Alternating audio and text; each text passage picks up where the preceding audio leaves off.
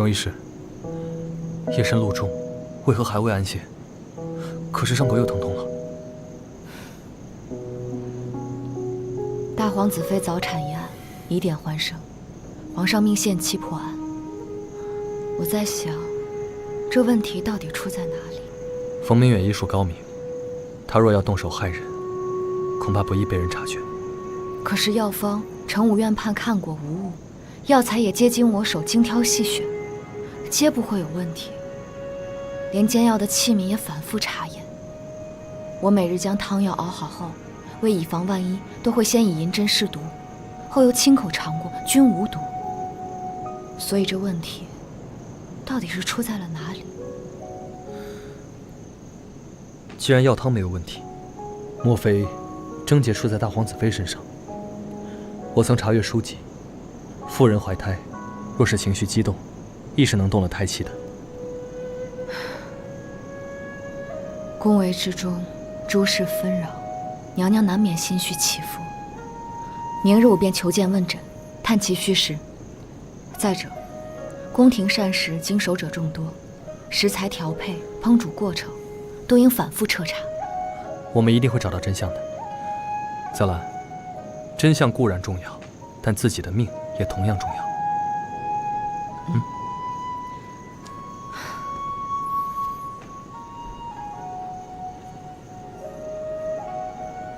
怎么了？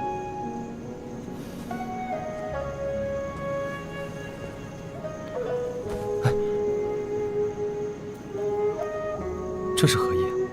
多谢世子大人今日舍命相搏，若不是你，泽兰早已命丧黄泉。还有此前你多番相助，泽兰皆感激不已。日后若有我可以相助的地方，大人尽管开口。是啊。这救命之恩，应当要如何相报呢？那不如就以身相许吧。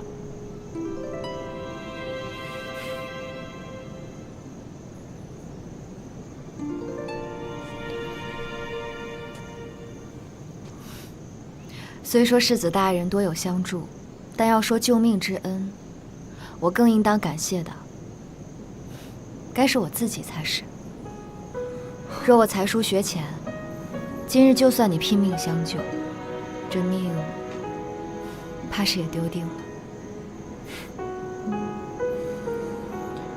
是啊，荣医师博学多才，胆识过人，本世子佩服。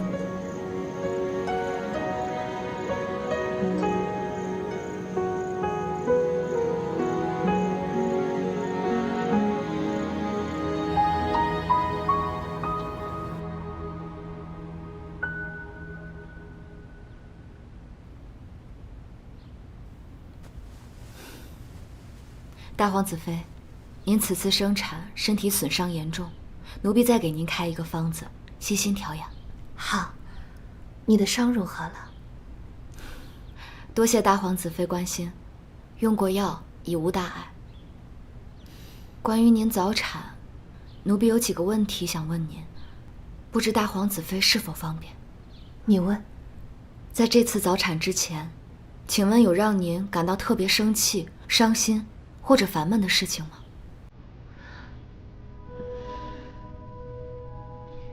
那几日虽宫中事务繁杂，但并未遇见什么特别糟心的事儿，情绪还算平稳。那饮食方面呢？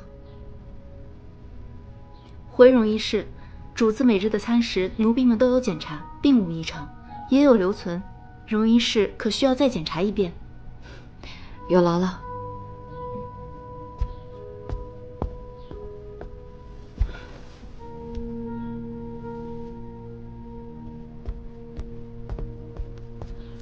荣医师，这便是主子昨日的餐食。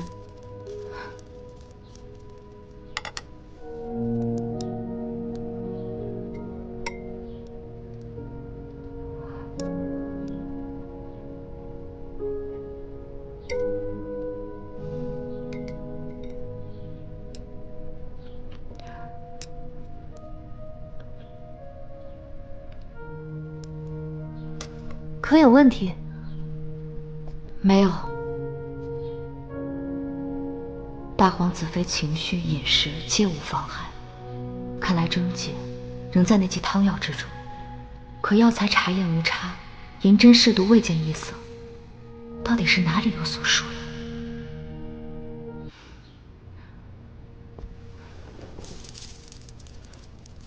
多谢大皇子妃告知，奴婢先行告退。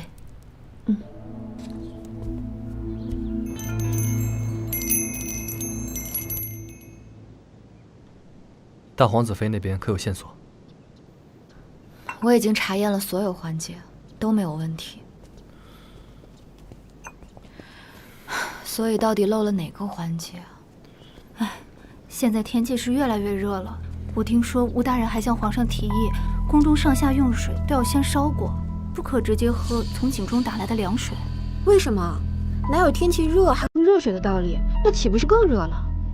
听吴大人说是为了预防水中的虫卵，可我看这井水挺干净的呀。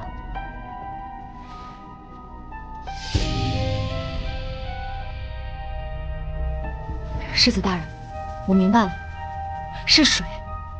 嗯？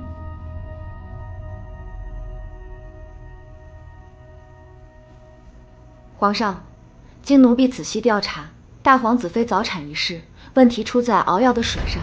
有人暗中将熬药处的水换成了用铜锅煮过的水。这铜锅煮过的水有何问题？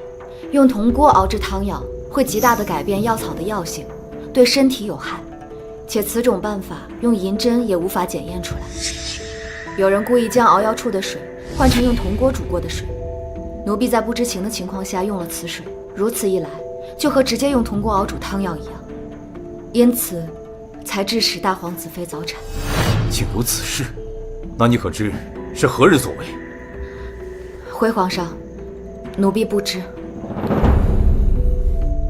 皇上，臣听闻藩邦曾进贡过一只灵猫，此灵猫极具灵性，可以测出人说的是真话还是假话，只需将人的右手放到它身上回答问题。若回答的是真话，灵猫则安静无事；若回答的是假话，灵猫则会狂躁不安。臣提议，不妨用此猫一试，或许能找出幕后真凶。这简直荒谬至极！皇上，此法虽说过于玄妙，但为还大家一个真相，臣也愿意一试。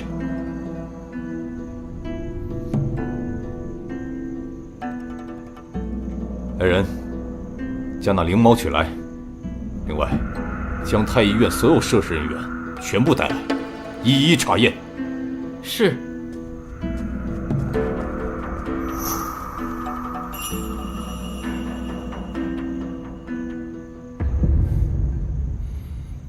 皇上，灵猫畏光，见光会狂躁不安，需将殿内烛火熄灭。熄灯。是。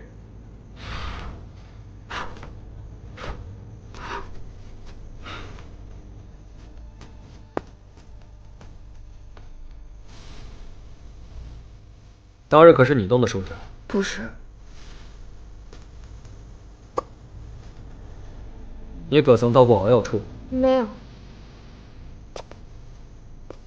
是否是你更换的水？不是。是你换的水吗？不是。你可曾到过熬药处？没有。是你换的水吗？不是。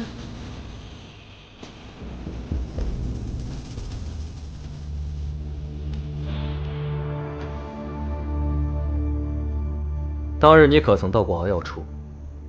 是否是你动的手脚？没，我没有。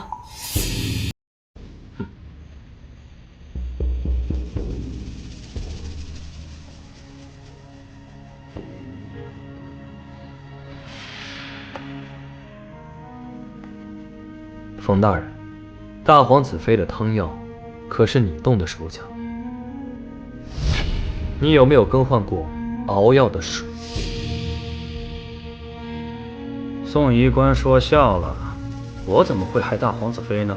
本官也未曾换过水。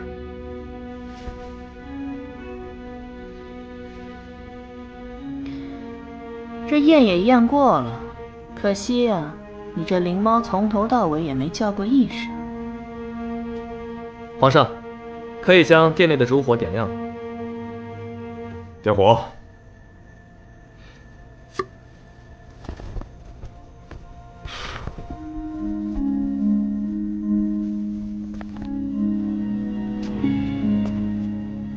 各位，请将你们的右手伸出来吧。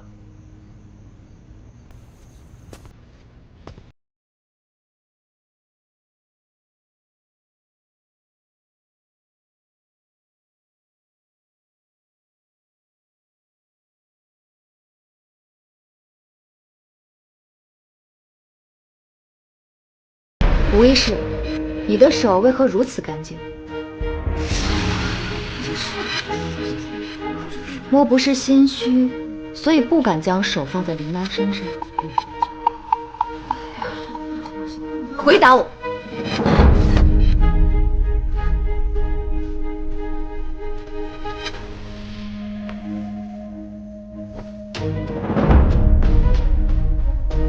诸位，灵猫是假，方才只不过是一个测谎游戏。我与宋大人提前将炭粉涂在这团黑色毛球上，心中无愧之人自然敢将手放上去接受肯定，可若是心虚之人，则肯定不敢。所以冯大人，你为何也不敢遵守？冯大人，你是不敢吗？还是说你的手也是干干净净的？我只是觉得此等小把戏太过荒唐，本官不屑参与。事到如今还嘴硬。冯明远，把手伸出来。是，皇上。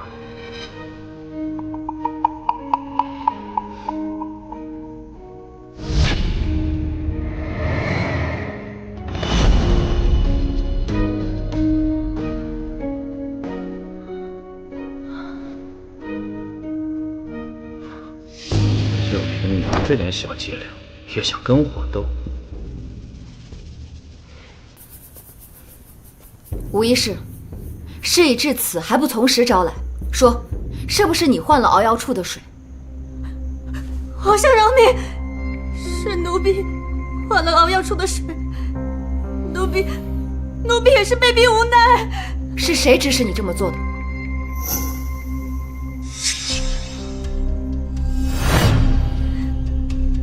来人，把他拖下去，好好审审。皇上饶了奴婢吧！我说，是冯院判指使奴婢将熬药处的水换成铜锅煮过的水，不知此事，东夷也是冯大人故意将荣泽兰引到苏叶身边，让荣泽兰染病，意图除掉荣泽兰。奴婢知道的都说了，皇上，求皇上饶命！皇上，奴婢是被他逼迫的。吴医师，听闻你偷药，是因为家中有个多病的弟弟。本官问你，你偷药当真是为了多病的弟弟吗？冯院判，奴婢知道错了，以后再也不敢偷御药房的药了。莫怕，只要你乖乖听话，本官让你做什么，你就做什么。如若你能做得到的话，那我暂且就不送你去慎刑司了，如何？奴婢知道了，奴婢会听大人吩咐的。好。皇上，臣冤枉啊！吴医师信口雌黄，污蔑臣啊！臣冤枉啊！冯大人，如今人证物证确凿，你还想狡辩？你的嘴怎么跟死鸭子一样硬？皇上，天气渐热，臣让吴医师把井水煮沸，只是为了消杀虫卵。每年到了这个季节，宫中都有把井水煮沸再饮用的习惯。再说，就算臣让他把井水煮了，这煮沸的水能有什么毒？我们平日喝的都是煮沸的水，也没有人中毒啊！冯院判，方才我们说的，一直都是用铜锅煮过的水熬药。我现在就向你证明，用铜锅煮过的水熬药，到底有没有毒？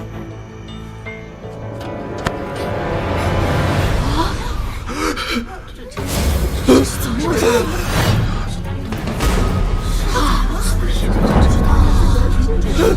看看你现在的样子。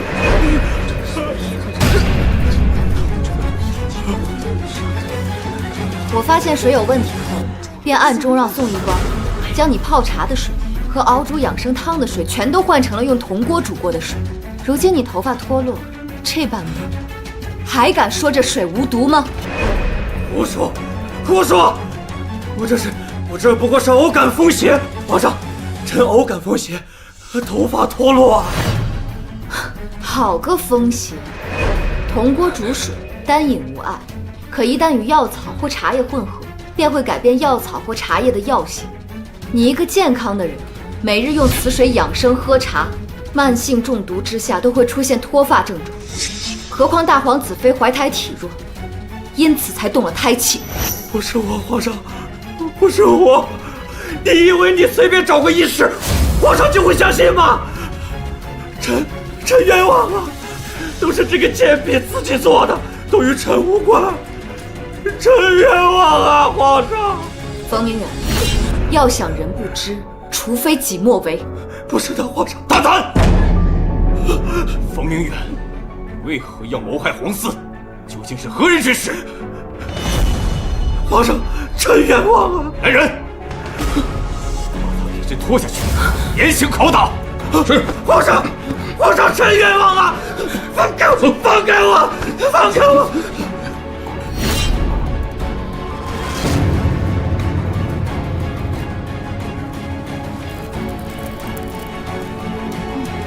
谁也不能审判我！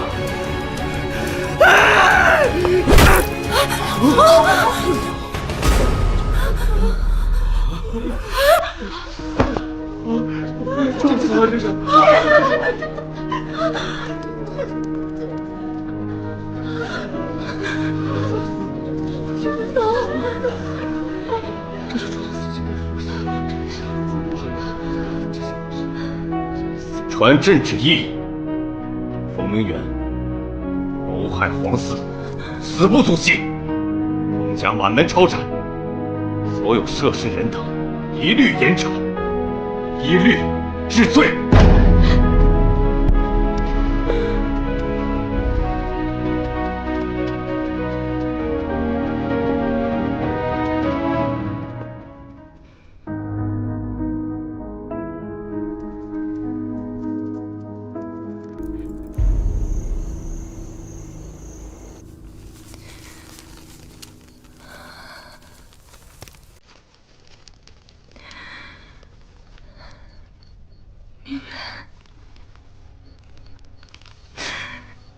你我二人幼年相识，你待我亲人，是我辜负了你。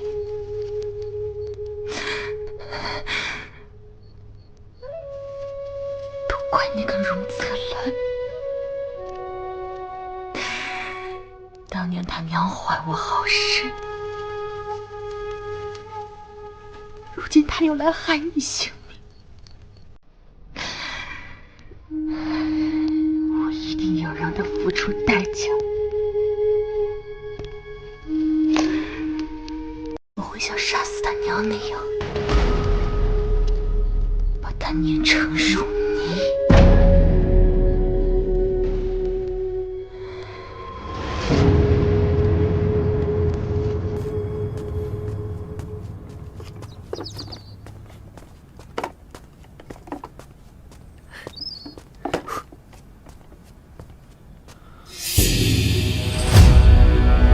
荣泽兰，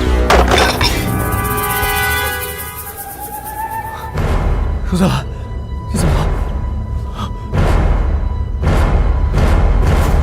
你怎么了，泽兰？你醒醒！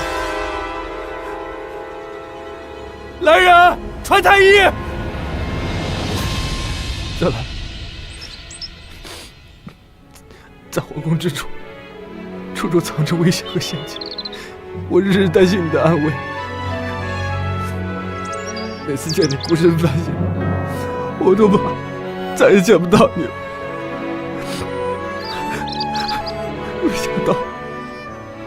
没想到这一天还是来了。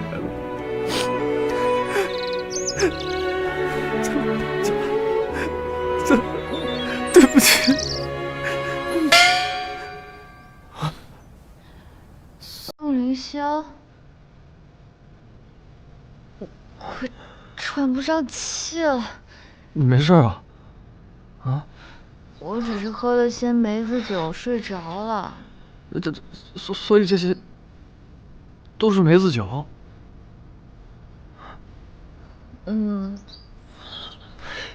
梅子酒好。你还活着。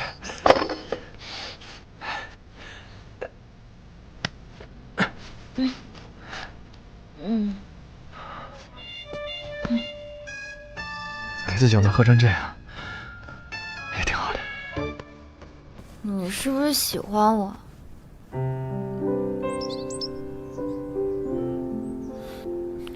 我以为我看你的眼神，连御花园的喜鹊都该明白了。是吗？我怎么看不出来？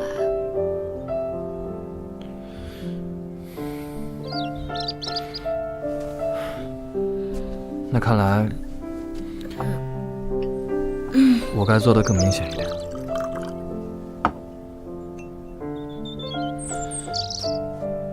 醒醒酒。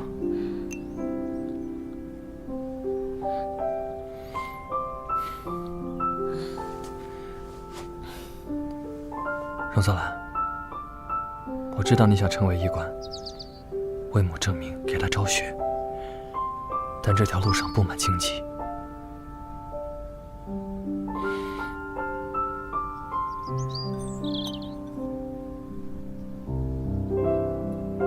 荣泽兰，你可愿意在这布满荆棘的路上寻找一位与你同行的伙伴？他可以做你的侍卫，为你遮风挡雨，替你披荆斩棘。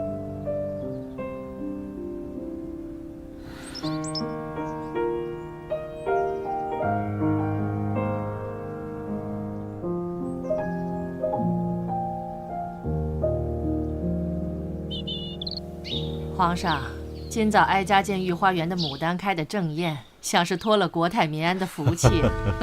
母后圣明，儿臣方才得报，江南又是个丰年，后宫也都安好，实乃祖宗庇佑。是啊。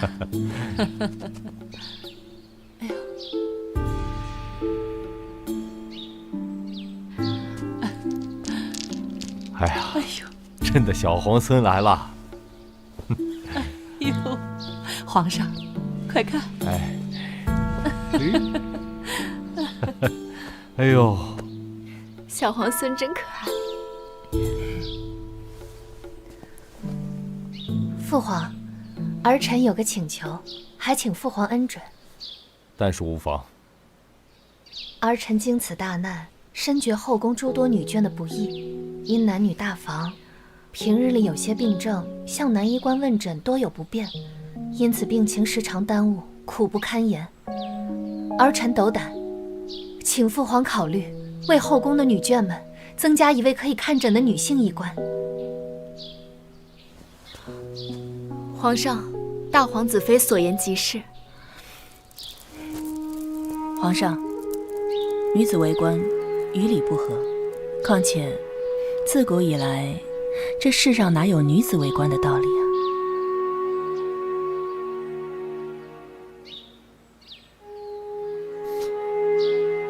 母后，您意下如何？妇人的病症，与男医官言说多有不便。皇上，哀家记得你曾答应过，若荣医师能在大皇子妃中毒一事中证明自己的清白，便允许他合法的看诊问药。如此一来，不封他为医官，如何合法呢？荣医师医术精湛，保过皇子妃和你皇孙的平安，还治愈过哀家和小公主。我看呐，皇上该兑现承诺了。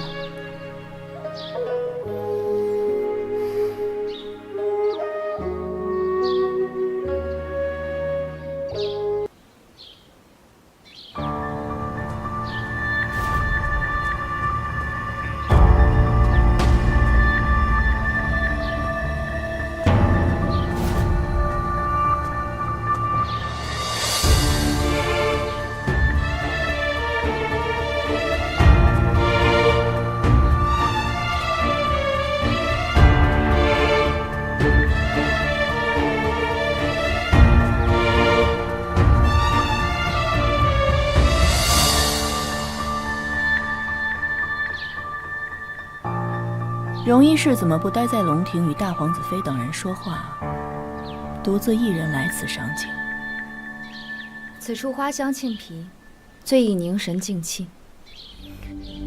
荣一氏步步高升，如今更是宫里的红人，本宫想提点你一二。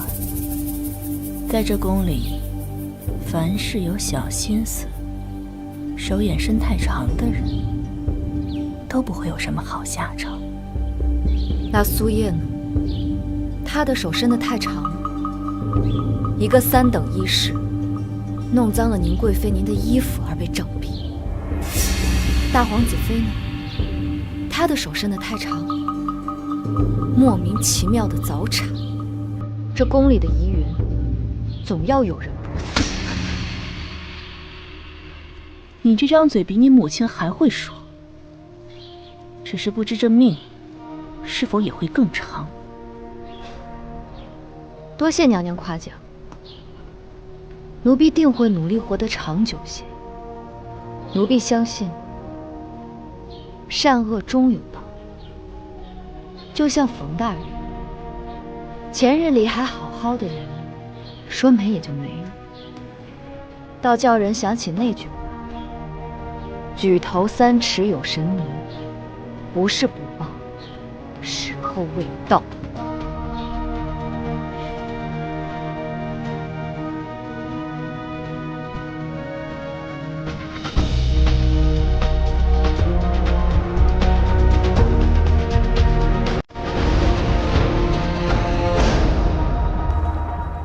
想必朱清已有所耳闻，太医院有个叫荣泽兰的医师，他控制过窦异的扩散，太后、大皇子妃、公主皆因其精湛的医术受益。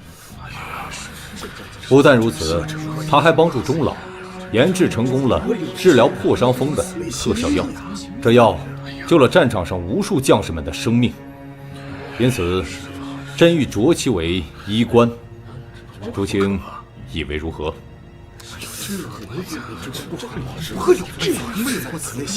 皇上，万万不可！女子为官有悖我朝礼制，自古以来从未有过女子担任医官之力。此例一开，恐成天下笑柄，望皇上三思啊！对，望皇上三思。皇上，臣也以为不可。3纲5常乃立国之本，女子应恪守妇道，怎可为官？荣泽兰虽有医术，但也不能坏了祖宗的规矩。臣附议。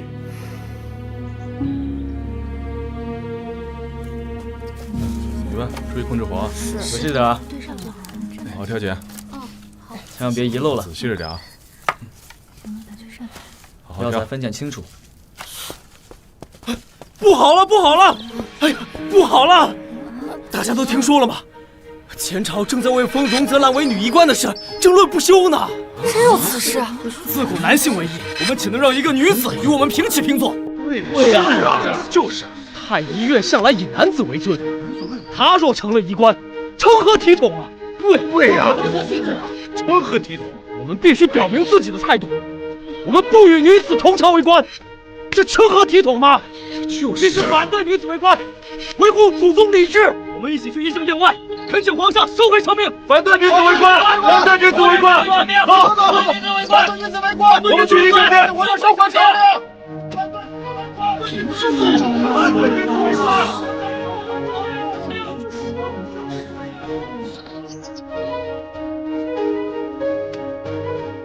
皇上，自古以来从未有女子为官的先例，断不可开此先河呀！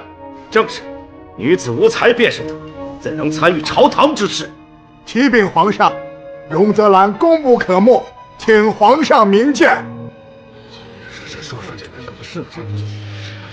听闻诸位大人正在为小女子成为衣冠之事争论，不知可否容小女子进殿辩上一辩？宣。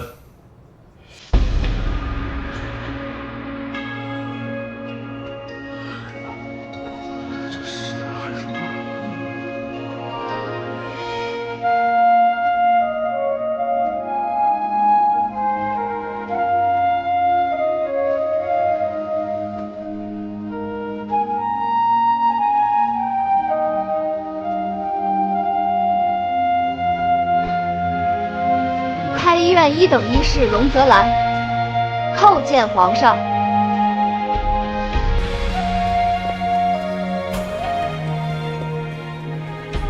皇上，太医院中医官在殿外长跪不起，恳请皇上收回成命，不可让女子为官。请皇上收回成命。容泽兰，今日进殿机会难得，你有何想法？尽管跟众大臣们说说。谢皇上。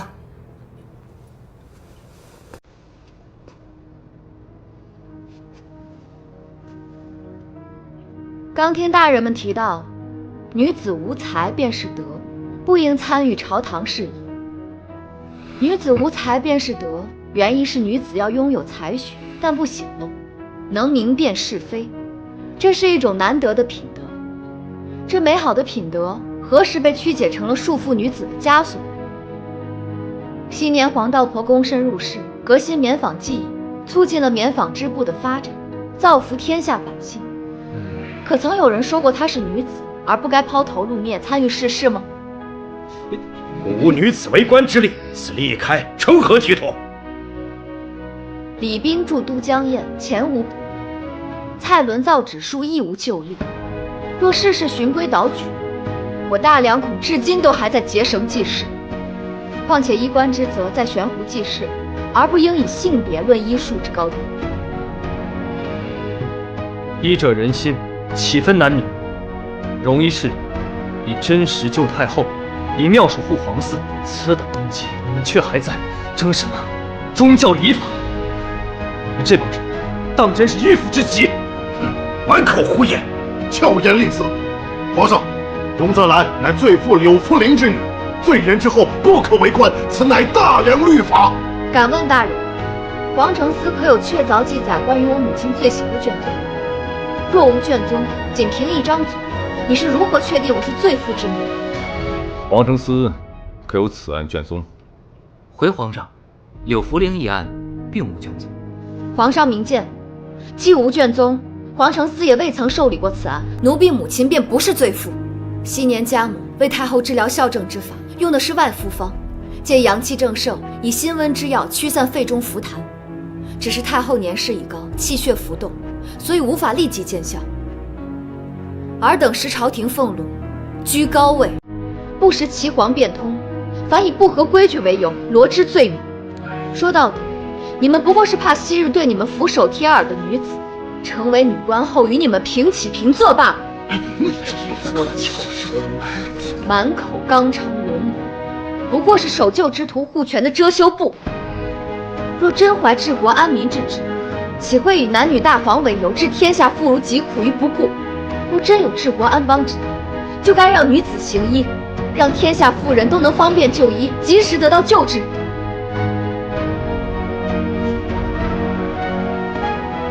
皇上，奴婢愿舍生忘死，与这世上的病痛对抗到底。请皇上推陈出新，废除旧制，封奴婢为医官。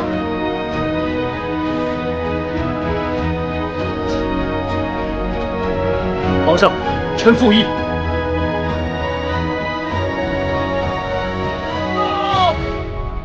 皇上，皇上，大事！不好了！大皇子与二皇子不慎坠马，二皇子重伤垂危了。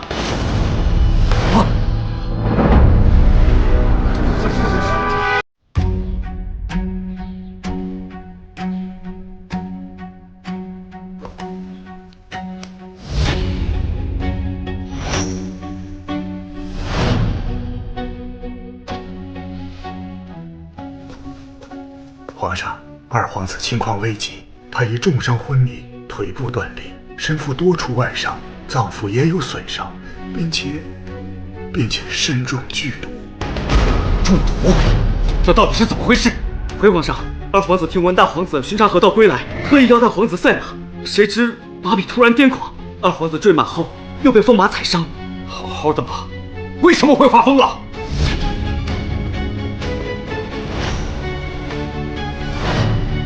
是。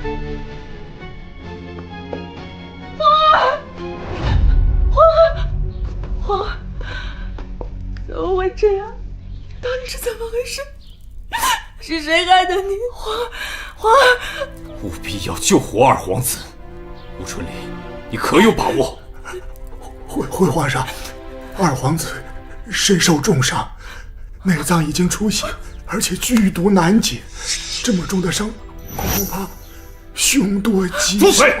不管有多少把握，都给我尽全力救治，否则我唯你是问。皇上，二皇子如今的情况，恐只有剖腹治疗，尚有一线生机。一派胡言！剖腹治伤，九死一生，臣建议保守医治。荣泽兰，究竟是何居心？你想谋害我的皇儿吗？宁贵妃，我与二皇子无怨无仇，我为何要害他？荣泽兰，你所说的办法，当真能救活二皇子？回皇上，古有华佗，乃杨医的先驱，他曾成功实施过恶瘤摘除和胃肠缝合等复杂治疗。奴婢认为，若准备充分，可一试。皇上，臣曾听军中的医官提过这剖腹治法，战场上受了伤的将士也有因此法治疗活下来的先例，并非毫无依据。事不宜迟，还请皇上定夺。来人，虚请终老。皇上，我师父年岁已高，且他手部曾受过伤，如今已经无法操作养医之术。吴顺林，太医院可有人会此医术？回皇上，边关紧急，太医院的杨医都援军去了。臣等无能，竟然没有一个人会，这要你们有何用？怎么会这样？二皇子无辜可怜，但宁贵妃害得我母亲含冤而死。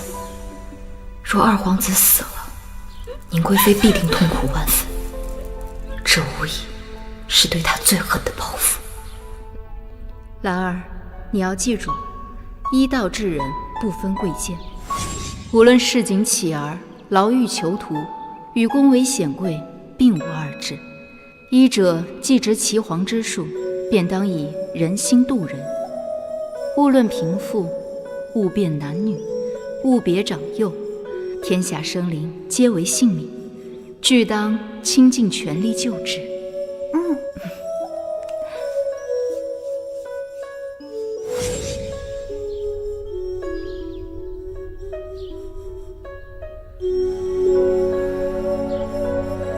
皇上，奴婢会这杨医剖腹之术。泽兰，这等凶险之法，你如何习得？回大人，奴婢在吉安所守职时，跟随钟老学习的便是这杨医之术。荣泽兰，你可有把握能救回二皇子？有把握，但需先知二皇子身中何毒，只有解了这毒，才能实施这杨医之术，否则毒入五内，就回天乏术了。是断魂草，我皇儿所中之毒是断魂草。你怎会知道？荣泽兰，我求求你救救我的皇儿，我求求你，想要什么我都给你，只要你能救救我的皇儿，我求求你。宁贵妃，您应该知道我想要的是什么。